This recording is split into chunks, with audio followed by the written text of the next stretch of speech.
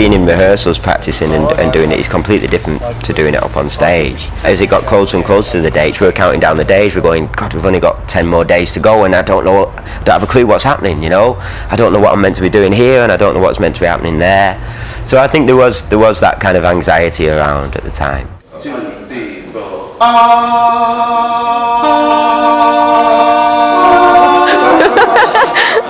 One of the dilemmas we had in rehearsals was, for me anyway, it was what kind of tone we were going to have to the show. 2, 3, 4.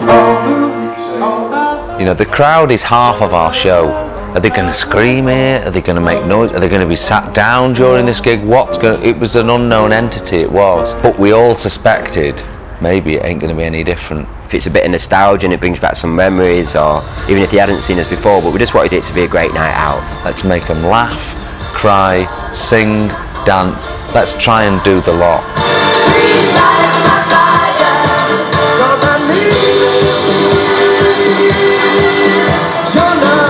We all thought, should we do our own, everybody do a bit of their own kind of stuff and what they've been doing over the years.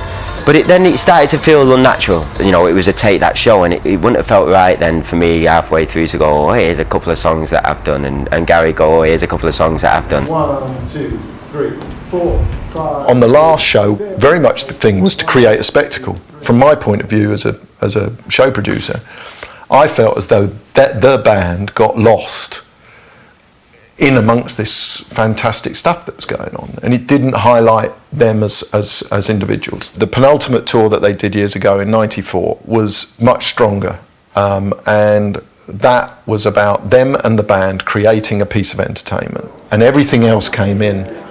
So I wanted more time on stage where it was just the four of them. All I do each night is pray. I just think that we all know ourselves a little bit more now than maybe we did back then. So we know the people that we are, and we're able to portray that. All the times I close the door, keep my love within.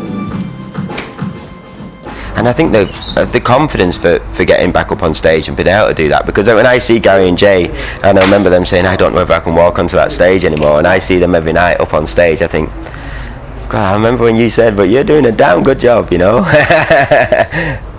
I would say I was in an average shape.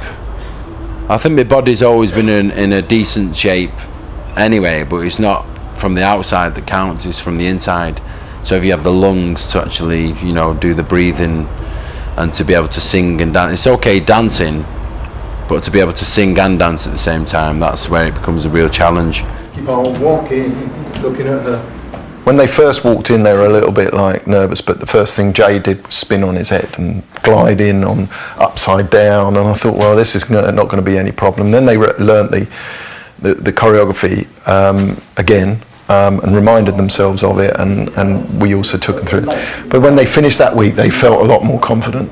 I suppose it's like learning how to ride a bike. You can always ride one, even if you haven't been on one for 5 years. You can get back up there and do it. But I think everybody was nervous as to whether they could. But I think everybody has got up onto stage and found, that quality in themselves again. But I was excited by it because I knew we'd have to get fit. And probably the rehearsals was exciting, but it was tedious as well because I hate learning new dance routines. 2, 3, 4, 5, 6, 7, 8, and 1, 2, 3.